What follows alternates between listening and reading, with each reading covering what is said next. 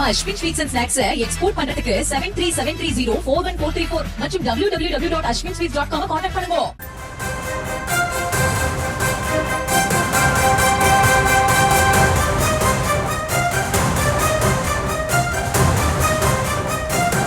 மற்றொரு அண்மை செய்தி. மடப்புரம் கோவில் காவலாளி அஜித்குமாரை திருட்டு புகாரில் அடித்து கொலை செய்த போலீசார் தொடர்பான அண்மை செய்தியை பார்த்து வருகிறோம். நகை திருட்டு புகாரை முடிக்க நிக்கிதா சம்மதம் தெரிவிப்பதற்காக தகவல் வெளியாகியிருக்கிறது. நிக்கிதா என்ற பெண் அளித்த நகை திருட்டு புகாரில் அஜித்குமார் அடித்து கொல்லப்பட்ட கொடூரம் அரங்கேறியது. நகைகளை கண்டுபிடிக்க முடியவில்லை, எனவே இந்த வழக்கை முடித்து வைக்கிறோம் என்று சிபிஐ தெரிவித்த நிலையில் நகை திருட்டு புகாரை முடிக்க நிக்கிதா சம்மதம் தெரிவிப்பதாக தகவல் வெளியாகியிருக்கிறது. இது குறித்த விவரங்களோடு இணைகிறார் நம்முடைய செய்தியாளர் பாலமுருகன். பாலமுருகன், இது தொடர்பான முழு விவரங்கள். நிச்சயமாக வழக்கு காணாமல் போன நிக்கிதா இன்று நீதிமன்றத்தில் மதுரை நீதிமன்றத்தில் ஆஜராகியிருக்கிறார். மடப்புரம் காவலாளி அஜித்குமார் கொலை வழக்கில் நகை காணாமல் போனது மதுரை மாவட்ட தலைமை நீதித்துறை நடுவர் நீதிமன்றத்தில் ஆஜராகியுள்ளார்.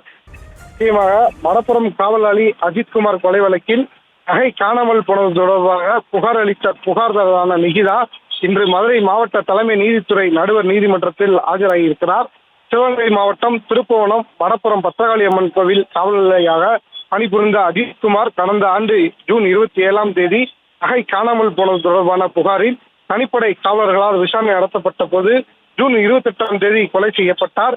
இதையடுத்து இந்த கொலை வழக்கு சிபிஐ விசாரணை நடத்தப்பட்டு தனிப்படை காவலர்களான கண்ணன், ராஜா, ஆனந்த், பிரபு, சங்கரமணிகண்டன், ஓட்டுநர் ராமச்சந்திரன் ஆகிய 6 பேர் கைது செய்யப்பட்டு மதுரை மத்திய சிறையில் அடைக்கப்பட்டிருக்கிறார்கள்.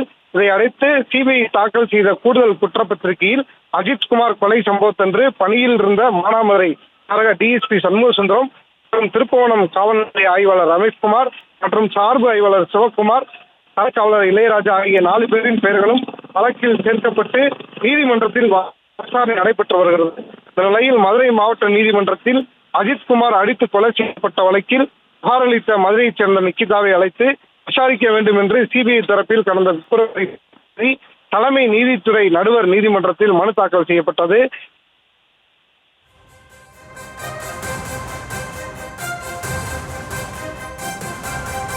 விவரங்களுக்கு நன்றி பாலமுருகன். நம்ம Ashwin sweets and snacks export பண்றதுக்கு 7373041434 மற்றும் www.ashwinsweets.com கான்டாக்ட் பண்ணுங்க.